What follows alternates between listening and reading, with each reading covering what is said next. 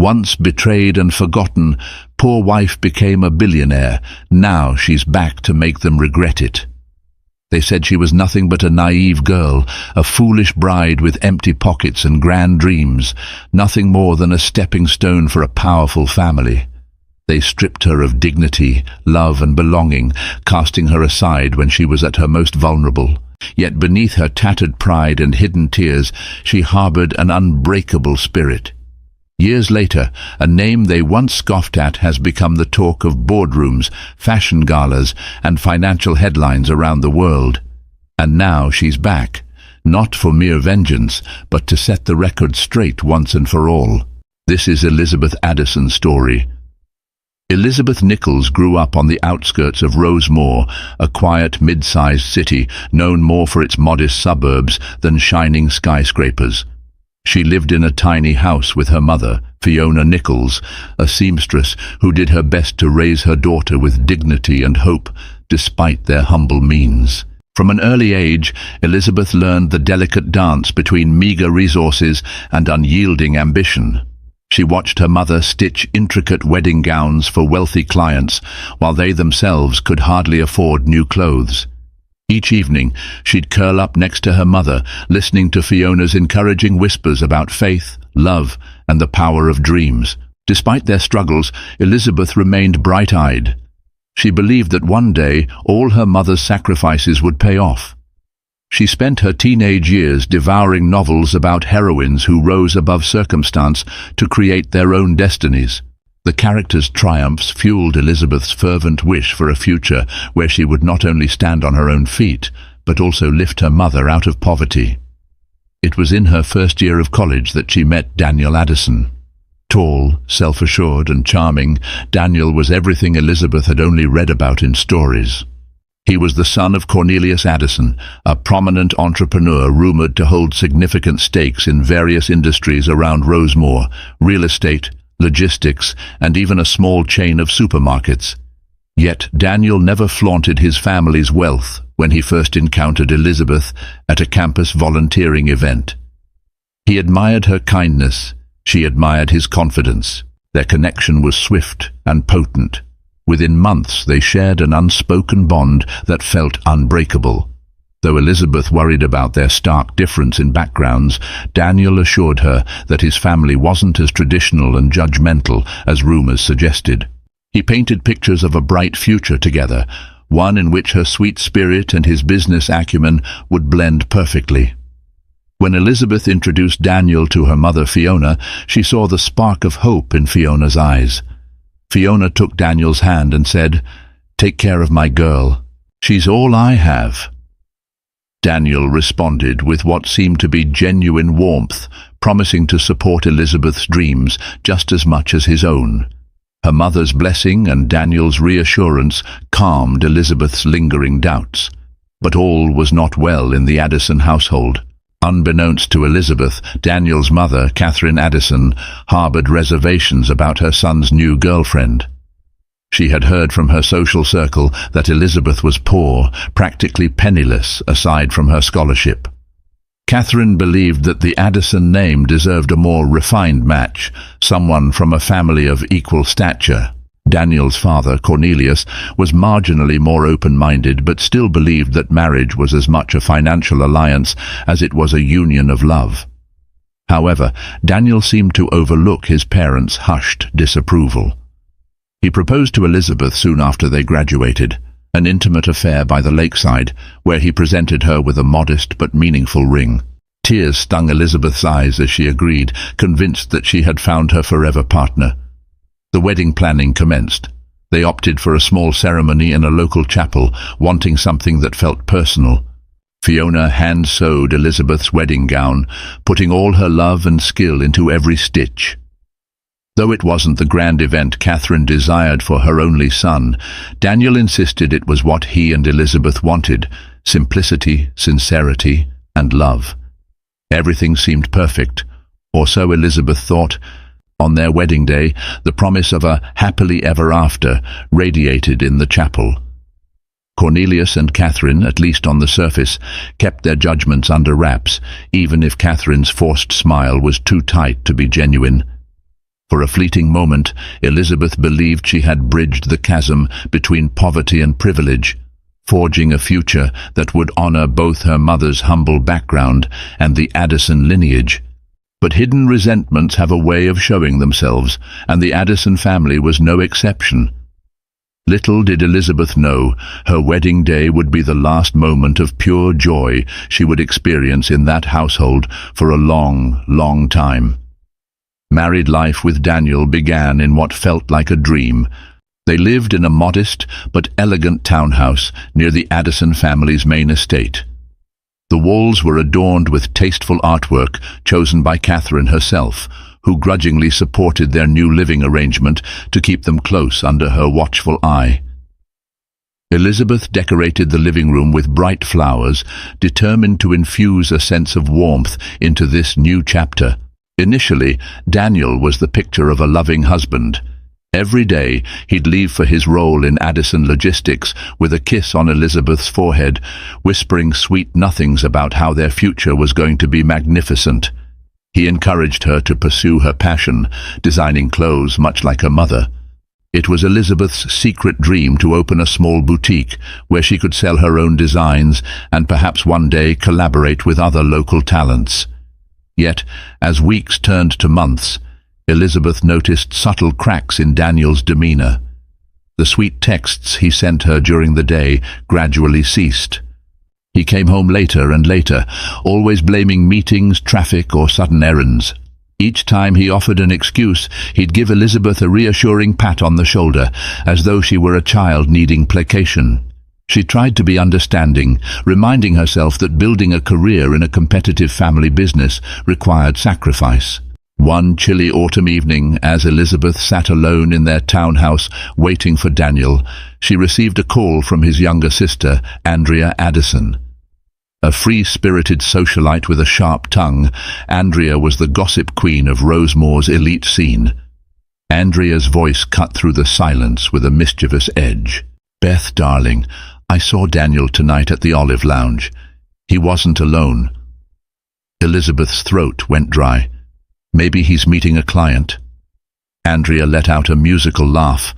"A client, yes, but a rather glamorous one. Miss Ophelia Summers, if you must know. She was hanging onto his arm like it was a lifeline." Ophelia Summers was a rising star in the local fashion world, lauded for her extravagant designs and rumored to be the Addison family's new favorite collaborator for some philanthropic ventures. Elizabeth felt a knot tighten in her stomach. She forced herself to remain calm on the phone, but after hanging up, her mind spun in a whirlwind of doubt. Was Daniel just networking, or was there something more? Daniel walked in an hour later, reeking of expensive perfume that wasn't his. Elizabeth remembered her mother's lessons in humility. She asked Daniel gently about his evening. He brushed it off as a business meeting. No matter how many details Elizabeth tried to glean, Daniel kept his answers short, evading eye contact. In the days that followed, Catherine Addison made the tension worse. During a family dinner, she dropped pointed remarks about how Ophelia's recent achievements were simply breathtaking and how some people found it difficult to keep pace with real talent. Elizabeth felt every remark like a thinly veiled jab at her own aspirations. When she tried to join the conversation, Catherine quickly changed the subject, as though Elizabeth were invisible. Daniel, too, seemed distracted throughout the dinner, nodding absently to whatever Catherine said, never once defending Elizabeth or even showing concern for her discomfort. His father, Cornelius, gave the occasional grunt, but said nothing significant, absorbed in swirling the wine in his glass.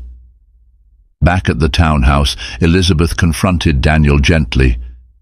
"If there's something going on with you and Ophelia, I'd rather know the truth than live like this."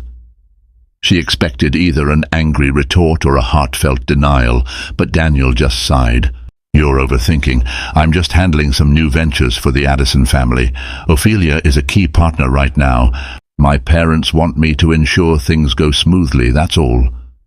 His words didn't soothe her growing unease, but Elizabeth, ever trusting, desperately wanted to believe him. She surrendered to the comfort of the half-truth he offered. After all, she loved Daniel, and love often demands hope in the face of glaring uncertainties. But the Addison mansion was rife with hushed conversations and predatory smiles whenever Elizabeth stepped foot in it. Even the household staff seemed to pity her, glancing away when she walked past. She felt suffocated, perpetually on the outside looking in. Andrea's cryptic hints, Catherine's coldness, and Daniel's shifting eyes all spoke of secrets that threatened the fragile foundation of Elizabeth's new life.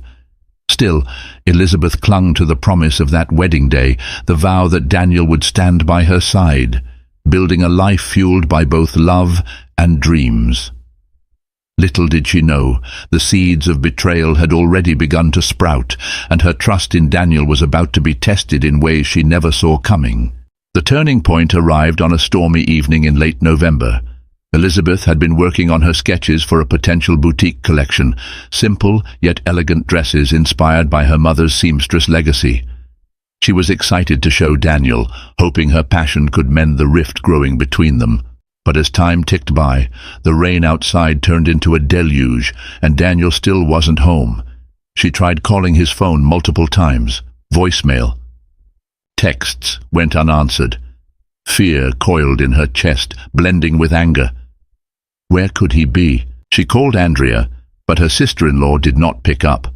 By midnight, Elizabeth's anxiety reached a fever pitch. Unable to bear the silence any longer, she grabbed her coat, hailed a taxi, and headed to Addison Logistics' corporate offices. There, through the rain-splattered windows of the deserted parking lot, she spotted Daniel's car. The lights in his office suite still glowed. With her heart pounding, she ascended in the elevator. As she reached the corridor, low voices echoed from behind the door. She recognized Daniel's voice and Ophelia Summers's laughter. Elizabeth pressed her ear to the door, her hand trembling on the handle. She wanted to barge in, but fear of what she might see gripped her like a vice. Ophelia's voice drifted out, seductive and confident. "You know, darling, you can't keep up this charade forever. Once our deal is through, you'll be free, free to be with me, free to pursue whatever your heart desires." Elizabeth felt her stomach twist. Daniel's reply, though muffled, was telling. "Ophelia, you know my family expects me to keep up appearances. My father was adamant that the marriage made us look grounded. But it's been nothing but a drag on my ambitions." Tears welled in Elizabeth's eyes. She heard the rustle of movement, the unmistakable sound of a kiss. Fury, heartbreak, and disbelief swirled inside her. She pushed open the door. The scene confirmed her worst suspicions. Daniel and Ophelia locked in an embrace, a bottle of champagne on the table. Shock painted their faces when they saw Elizabeth standing in the threshold, drenched from the rain, eyes brimming with betrayal. Daniel sputtered, "Elizabeth, I can explain." Ophelia merely folded her arms, smirking, as though she relished the moment. "Well, this is awkward," she said with shameless nonchalance. Without waiting to hear more, Elizabeth spun on her heels and ran. She stumbled into the elevator, tears blurring her vision. Daniel chased after her, but was too slow. By the time the elevator doors opened at the lobby, Elizabeth was already sprinting into the storm. Back at the townhouse, Elizabeth's grief transformed into determination. She refused to stay in a sham marriage. She packed a small suitcase, heart shattering with every item she grabbed. For a moment, she paused over her wedding ring. How could something that once symbolized love now feel like a heavy shackle? She tossed it on the kitchen countertop, just as Daniel burst through the front door, water dripping from his coat. His eyes flickered from her suitcase to the ring. A flash of panic crossed his face, but he tried to maintain composure. "Look, it's not what it seems. You have to hear me out." Elizabeth clenched her fists. "I heard everything," she hissed. "I was just a convenient placeholder, wasn't I? The poor girl who made you look compassionate to your parents, made you seem grounded in front of potential investors, while Ophelia was the real deal." He tried to approach her, but she stepped back. "Don't you dare come closer," she spat, tears streaking down her cheeks. "You fooled me into loving you." A bitter laugh escaped Daniel's lips. "You think this is just about love? My father's business was at stake. The Addison name was losing favor with the public. We needed to polish our image, and your sweet rags to riches story was perfect. You benefited too. You were no longer struggling for rent, were you? Elizabeth felt as though she'd been punched in the gut. The cruelty in his words was unimaginable. Then you shouldn't mind if I leave, she said, fighting to keep her voice steady. Daniel, seemingly caught off guard by her resolve, looked momentarily stricken. Fine, he mumbled, though a flicker of regret lurked in his eyes. Do what you want. She walked out into the rain, the final image burned into her mind. Daniel standing in the living room, ring on the countertop, remnants of a marriage now irreparably broken. Elizabeth had no clue where she would go. The only thing she knew for certain was that the life she once cherished was over. The Addison family might have branded her as disposable, but they had yet to see the fire that heartbreak can ignite. Elizabeth found herself at Rosemore Station, suitcase in hand, battered by both the storm and the anguish flooding her heart. The train station's fluorescent lights buzzed overhead, offering little comfort. She had no plan, no home, and no sense of direction. What she did have was a phone, clutched tightly in her trembling fingers. She dialed her mother's number. Fiona Nichols answered on the third ring, and the soothing warmth of her voice was all it took for Elizabeth to break down completely. She told her mother everything about Daniel's betrayal, the heartbreak, the lies. Fiona, devastated yet supportive, told her to come home. But Elizabeth refused. She knew her mother's tiny rental space barely had room for one, let alone two. Fiona was already working extra shifts at the tailor shop just to keep up with her medication bills. I'll figure something out, Elizabeth managed between sobs. I'll keep you posted, Mom. I just need some space to think. She hung up before her mother could protest further. Deep down, she was determined not to burden Fiona with her mess. She had to stand on her own 2 feet now. As she paced the station, her tears eventually subsiding into a hollow exhaustion, a voice called out, "Elizabeth? Is that really you?" Turning around, she came face to face with James Henderson, a former college acquaintance. They had volunteered together during orientation week, but lost touch after graduation. James had always admired her dedication to social causes, and they'd shared occasional conversations about life's aspirations and small campus gossip. Wearing a worn-out leather jacket and carrying an old messenger bag, James looked at Elizabeth's tear-stained face and the suitcase by her side with immediate concern. "Are you okay?" he asked softly, leading her to a nearby bench. The story spilled out of her in broken fragments: betrayal, heartbreak, humiliation. Throughout her explanation, James listened attentively, his gaze radiating empathy. "You need a place to stay," he concluded gently. Elizabeth nodded, her eyes stinging with fresh tears. "I live in a shared apartment with my sister, Helena, and her fiancé, Marcus," James explained. "It's modest, but we have a couch you can crash on until you figure out your next steps." Helena and Marcus welcomed Elizabeth with open arms.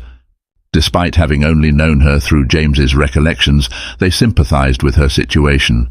They offered her a warm meal and a corner of their living room where she could set her suitcase and attempt to collect her shattered self.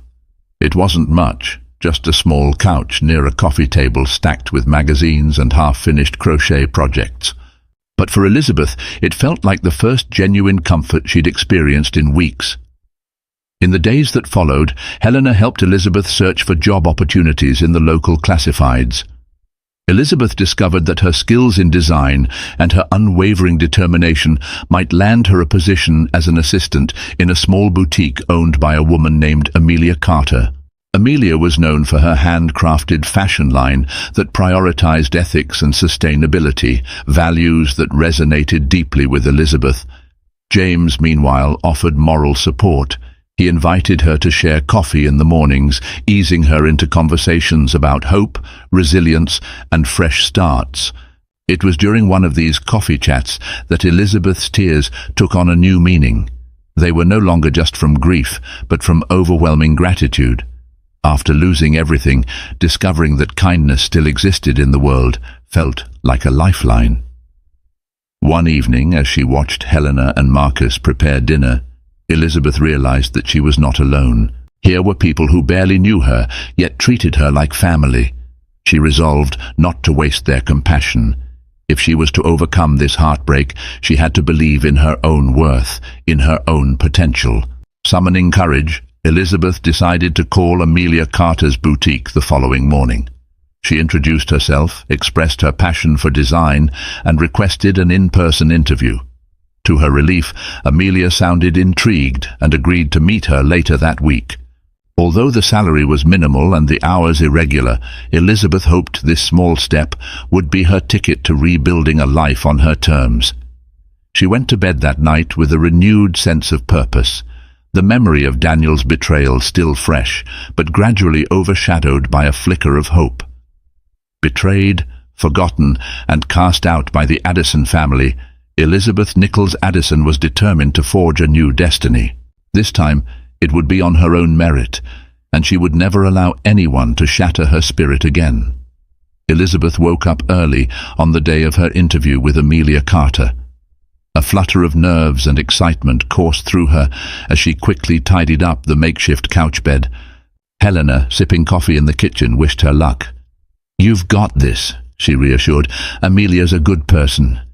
She'll see your talent." Tugging on a borrowed blazer from Helena, Elizabeth made her way to the boutique, an inviting sunlit space called Carter Co. It was tucked in a quaint corner of downtown Rosemore, far from the towering corporate centers that defined the Addison empire. Mannequins in the window displayed elegant dresses with delicate embroidery, each piece unique, artisanal, and somehow brimming with soul. Amelia Carter, a woman in her early 30s with a warm smile and a bohemian flair, greeted Elizabeth. They sat at a small table by the window, patterns and fabric swatches strewn about. Amelia asked about Elizabeth's experience and design philosophy. Summoning her confidence, Elizabeth presented her sketches, pieces she had worked on before her marriage collapsed. She spoke of her mother's seamstress background, how she'd learned the importance of detail and quality from a young age. Amelia studied each sketch with interest. "You have a real eye for silhouette and texture," she observed. "Our boutique's about more than just making pretty clothes, though.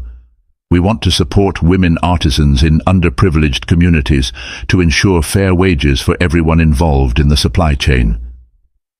Elizabeth's eyes lit up. "That's exactly the kind of environment I've dreamed of working in," she said earnestly. "I want to use fashion as a means to empower people, just like my mother did in her own small way." Amelia, clearly impressed, offered her a trial position on the spot. It was part-time to start, but if Elizabeth could prove herself, she might move into a full-time designer's role. Over the next few weeks, Elizabeth immersed herself in every task Amelia handed her, organizing fabrics, liaising with local tailors, and even stepping in to help with marketing photos. She stayed late to refine her sketches, determined to impress Amelia with her creativity and dedication. Word slowly spread among the boutique's clientele about a talented new designer brimming with fresh ideas. Meanwhile, James Henderson continued to be a steady pillar of support. He'd wait outside the boutique some evenings, ready to walk with Elizabeth to the bus stop, discussing life and offering encouragement.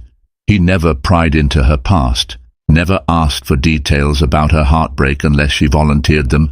It was a refreshing change from the Addison family, who had always demanded Elizabeth conform to their image or suffer their scorn. But despite her newfound momentum, Elizabeth was not without private struggles. She had legal matters to settle. Daniel hadn't contacted her since she left, which was both a relief and a painful reminder of how disposable he deemed her. She tried to push thoughts of him aside, though the lingering sense of betrayal gnawed at her. Late at night, she'd remember his sweet words at the beginning of their marriage and wonder how it all could have been a lie. One afternoon she received a summons from the Addison family's attorneys instructing her to sign the divorce papers. The Addison name apparently could not afford a drawn-out scandal. Reading the neatly typed documents, her eyes stung with tears of rage and sorrow. There was no mention of any settlement for her. Why would they bother? She was just the poor girl they'd used for good PR. Pride swelled in her chest. She wouldn't accept pity anyway. Let them have their name. She wanted none of it. Amelia, ever perceptive, found Elizabeth silently weeping over the papers in a corner of the boutique. Sitting down beside her, Amelia offered a reassuring pat on the hand. "You're stronger than they think, Elizabeth. This might be painful, but it's also your chance to start over completely. Sign those papers if you want, or fight for your rights if you must. But remember, you are not defined by the Addison name." That night, Elizabeth penned her signature with trembling fingers. In that moment, she felt a mixture of freedom and heartbreak so vast it threatened to consume her. But she gritted her teeth and reminded herself of her new path, the one that involved forging a name for herself, unburdened by those who had so cruelly cast her aside. Little did she know that this small boutique would be the seed of something far greater, a global empire that would one day make the Addison family regret every ounce of their betrayal. Months passed, and Elizabeth poured her heart into Carter Co. Her designs caught the eye of a local fashion blogger named Jessica Montes, whose glowing reviews on social media began to attract a broader clientele. Demand soared, and Amelia expanded the boutique's online presence, featuring Elizabeth's dresses as limited edition items that sold out within hours of their release. It became clear that Elizabeth's talent was something special, and Amelia was determined to nurture it. Simultaneously, James introduced Elizabeth to a few of his connections. A long-time volunteer at various women's shelters, James believed in merging business with community outreach.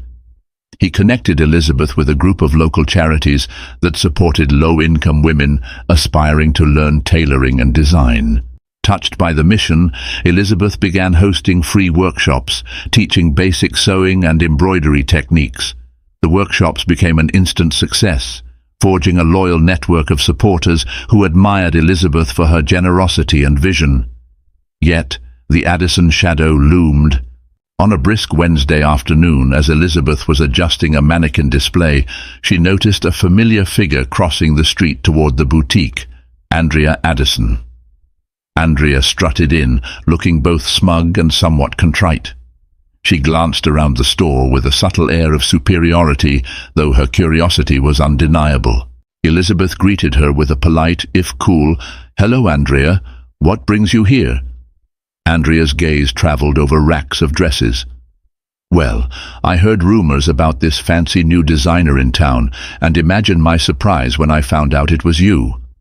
Elizabeth arched an eyebrow.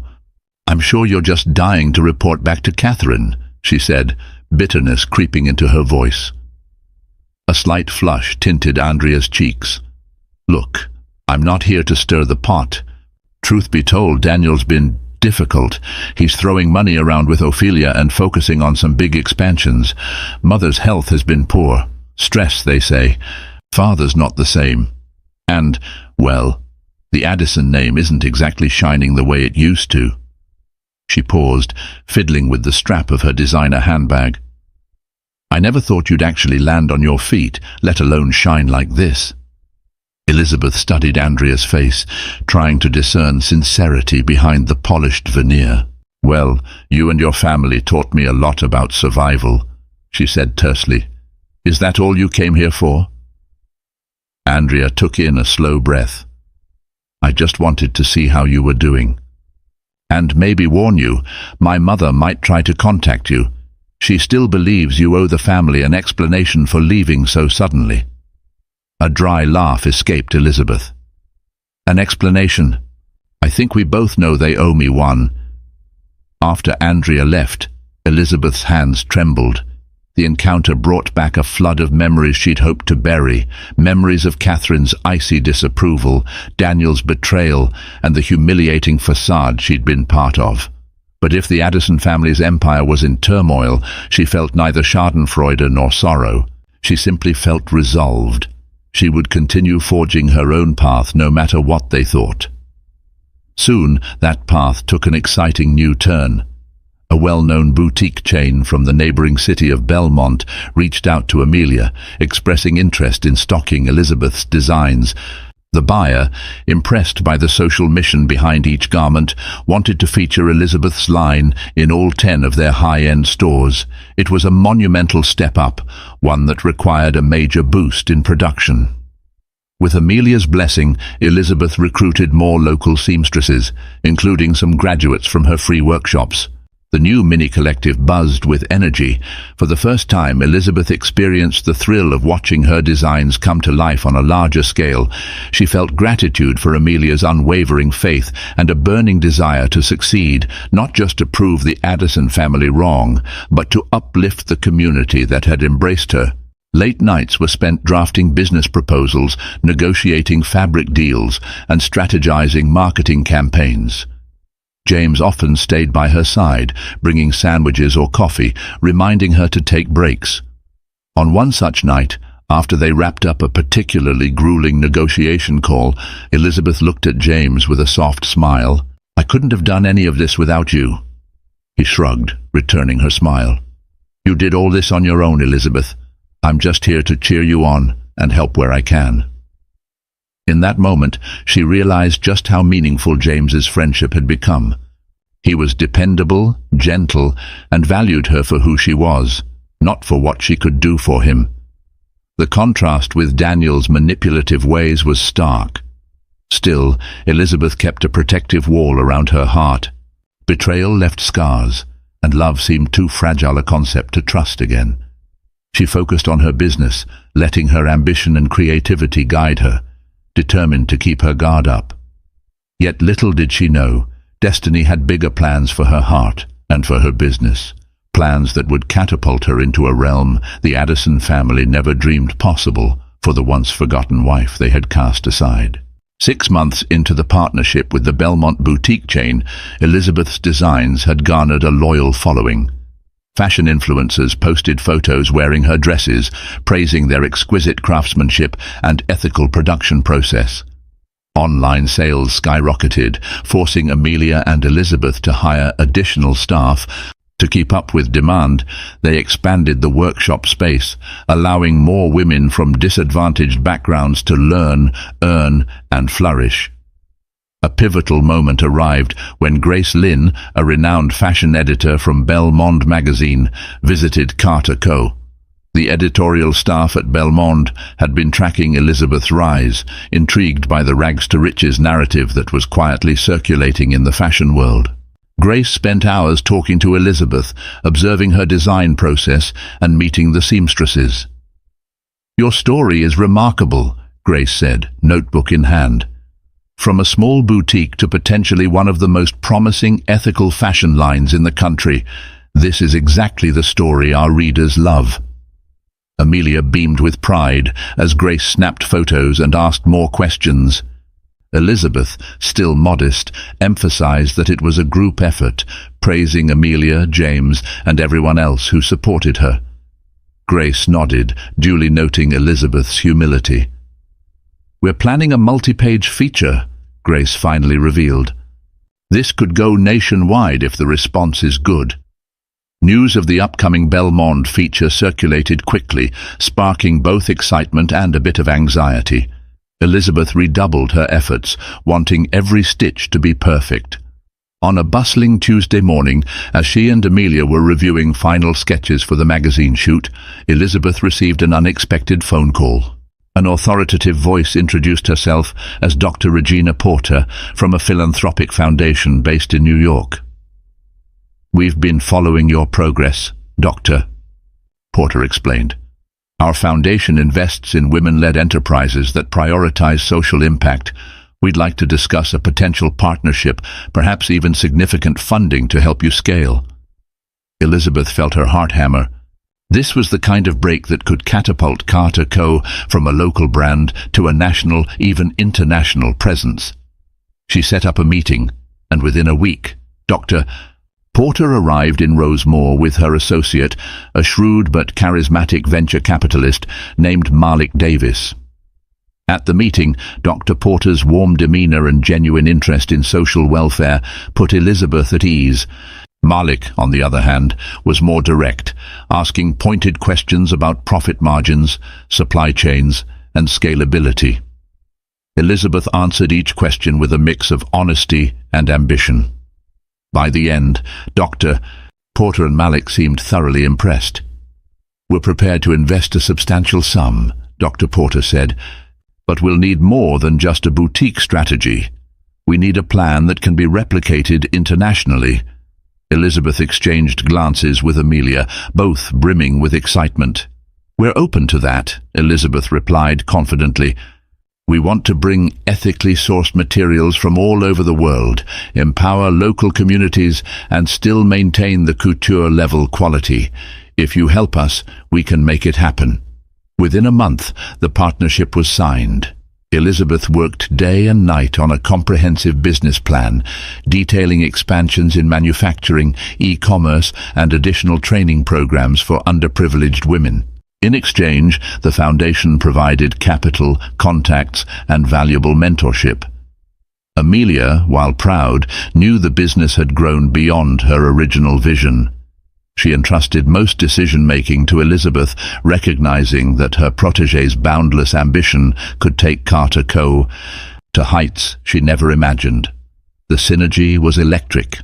New employees were hired and production facilities were upgraded, all while preserving the personal, artisan touch that defined their brand.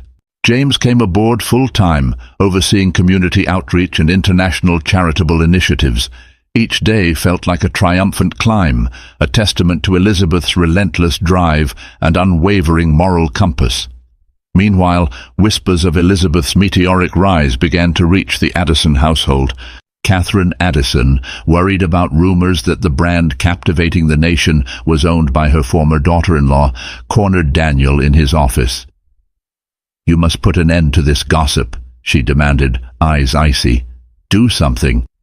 The Addison name can't be overshadowed by the woman we so graciously lifted from poverty." But Daniel, consumed by his own problems, Ophelia's extravagant spending, stalled business negotiations, could only give a non-committal shrug. "What do you expect me to do? Offer her hush money?" He smirked coldly. "Elizabeth won't be easily bought now, and frankly, my dear mother, you underestimated her from the start." Catherine's lips thinned. "Fine. Then we'll have to handle it another way." Thus, a dark cloud began gathering on the horizon. As Elizabeth prepared to take her brand to a global stage, the Addison family schemed to protect their name and erase any chance of being overshadowed. But the seeds they had sown of betrayal, greed, and underestimation were about to come back in a way they never expected. With the foundation's backing, Elizabeth launched an aggressive expansion.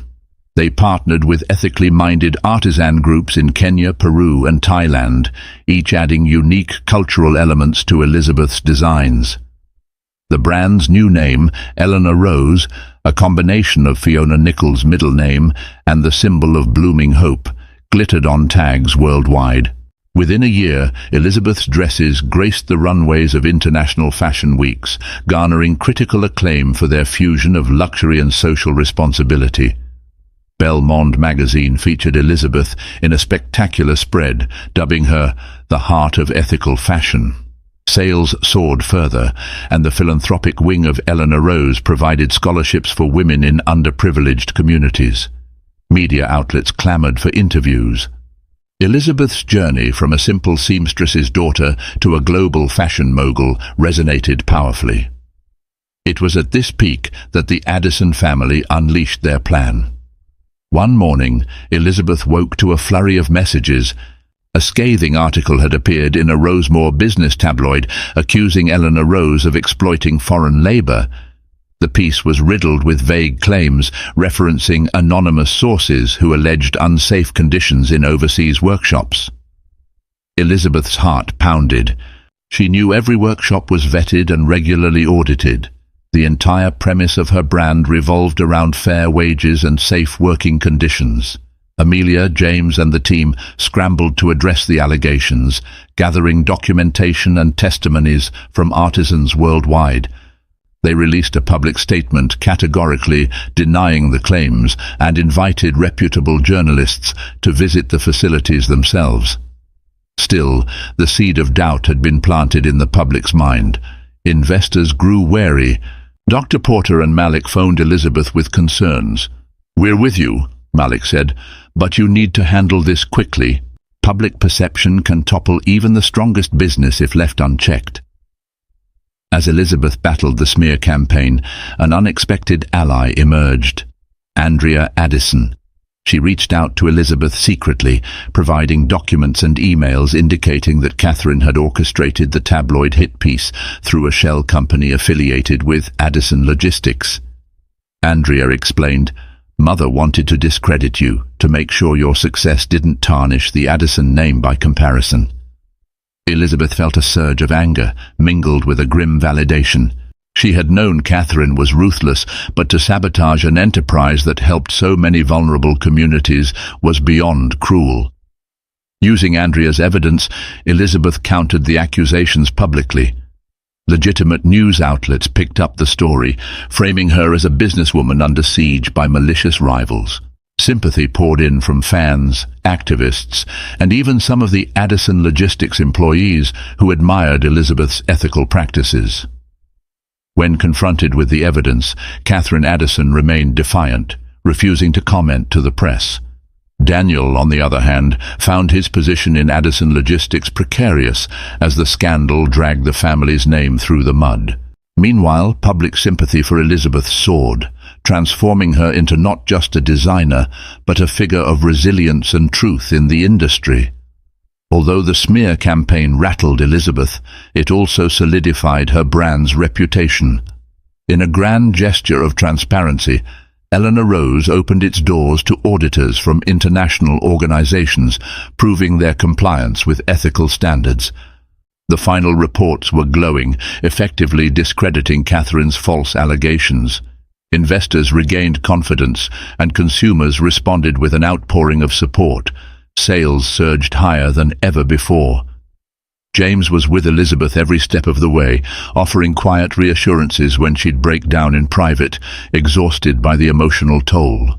"You've faced betrayal before," he reminded her gently. "You didn't let it destroy you then, and you won't now." As the storm began to calm, Elizabeth found herself at yet another turning point. The brand had grown beyond the boutique's humble beginnings. It was now a global powerhouse, with Elizabeth poised to join the ranks of fashion's elite. Through it all, she remained true to her mission, merging opulence with a conscience. But she knew one last confrontation was inevitable. The Addison family, especially Catherine, would not relinquish their vendetta so easily. Rumors swirled that Daniel's business expansions had failed, leaving Addison Logistics in financial jeopardy. The local press buzzed with speculation that Elizabeth, now a billionaire by virtue of Eleanor Rose's valuation, might buy out Addison Logistics as an ultimate revenge. The mere idea left her torn between righteous indignation and the moral high ground she'd tried so hard to maintain. Yet, deep in her heart, she believed in justice, that those who sowed cruelty and deception would one day face the consequences of their own actions. And as much as she ached to see them suffer the same humiliation they'd once inflicted upon her, a part of her yearned for a resolution where she could finally lay to rest the ghosts of her past. A year and a half after Elizabeth first launched Eleanor Rose globally, her life had transformed in ways she never imagined. Financial success, industry acclaim, and philanthropic accolades poured in. She stood on stages worldwide, delivering keynote speeches about ethical entrepreneurship. Yet, under the polished exterior, she remained the same humble soul who once watched her mother sew dresses late into the night. When news broke that Addison Logistics was on the brink of collapse, plummeting stocks, mismanaged projects, and a board exodus, Elizabeth felt a swirl of conflicting emotions. Daniel had apparently gambled heavily on untested ventures, siphoning funds into Ophelia's vanity projects, leaving the company teetering. Catherine's health had worsened, and rumours suggested that Cornelius had almost entirely withdrawn from public life, humiliated by the family's fall from grace. One crisp autumn morning, Elizabeth stood on a balcony overlooking the city she once called home. She clutched a letter from Andrea, delivered by courier, containing a desperate plea. "Elizabeth, I know we have no right to ask, but our family is drowning. Daniel is beside himself, mother is sick, and father has lost hope. It feels like we're paying for all the terrible things we did. If there's anything you can do, or at least visit her, I'm sorry for everything." Elizabeth's mind raced. She knew, logically, that Addison Logistics' demise was not her responsibility. She owed them nothing. Yet memories of her wedding day, of her naive hopes, and the painful betrayal that followed, stirred within her.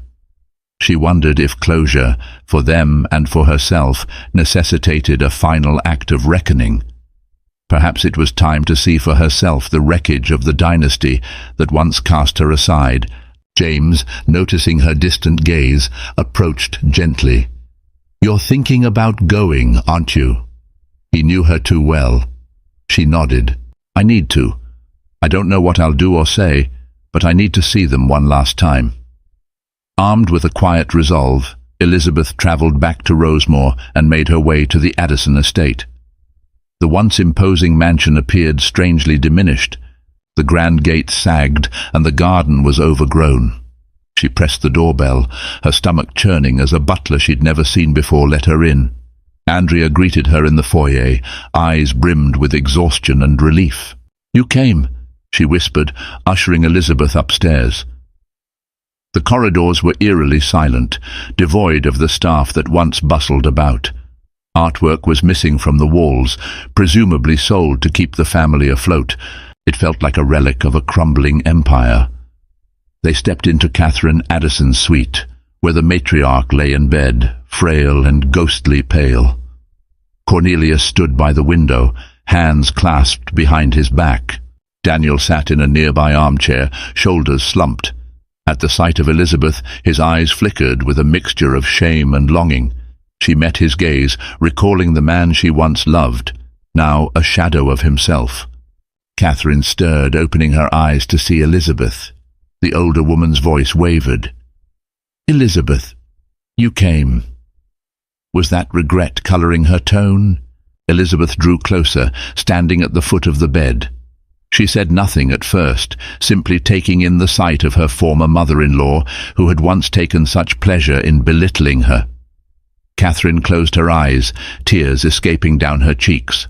"I was cruel. I misunderstood you, but what I did, orchestrating that smear campaign, I don't expect forgiveness." A lump rose in Elizabeth's throat. She had dreamt of this moment, imagining how she'd lash out, remind them of every humiliation they'd heaped upon her. But standing there, seeing Catherine so diminished, the anger ebbed. Instead, she felt pity and a strange sense of peace. Daniel rose, trembling. "Elizabeth, he began, but words failed him. In the hollow depths of his eyes, she saw remorse. Once, he had been the center of her world, but the man before her now was lost, broken by his own greed and mistakes. Elizabeth inhaled slowly, her voice steady. "I'm not here to gloat. I'm here because Andrea reached out. I don't know what you expect from me, but I think it's time we put the past to rest." Catherine began to cry softly, murmuring apologies that Elizabeth never thought she'd hear. Cornelius, stoic as ever, only offered a nod of gratitude, perhaps too proud or too drained to say more. Daniel remained silent, head bowed. In that moment, Elizabeth realized that true power lay not in revenge, but in choosing compassion. She had built her empire, proven her worth, and carved out a destiny beyond their wildest imaginings. Nothing they could say or do now would change who she had become. And if pity felt more natural than vengeance, that was her choice, her power. Leaving the Addison estate, Elizabeth felt a weight lift from her shoulders. The ghosts of her past no longer haunted her. She had seen their suffering, their regrets, and had chosen empathy over retribution. It was a closure she hadn't realized she needed. Back at the Eleanor Rose headquarters, she refocused on the future. New collections were in the works, featuring collaborations with global artisans. A major media conglomerate offered to produce a documentary on Elizabeth's life and the brand's ethical initiatives. Dr. Porter and Malik hinted at a potential public offering for Eleanor Rose, which could transform it into one of the most influential fashion houses in the world. On a personal level, the connection between Elizabeth and James deepened. Late one evening, after a celebratory dinner marking Eleanor Rose's latest milestone, James walked her to her car. The night air was cool, and a gentle moon illuminated the sidewalk. They paused under a street lamp, hearts pounding with unspoken tension. "All this success, the world sees you as untouchable," James said, smiling. "But I know you're still the same caring, stubborn dreamer I met back in college." Elizabeth chuckled, her cheeks warm. "You've been my rock through everything. You never asked for anything in return." Her voice faltered, shy under his steady gaze. James took a breath, stepping closer. "I only want one thing," he said softly. Before Elizabeth could respond, he leaned in and kissed her, a tender moment that spoke of understanding, loyalty, and a love that had grown quietly over time. The next morning, Elizabeth arrived at the office with a bright smile she couldn't hide. Even her team noticed. She delved into a meeting with the board, discussing expansions into Europe and Asia. Halfway through, she received a phone call from Andrea Addison.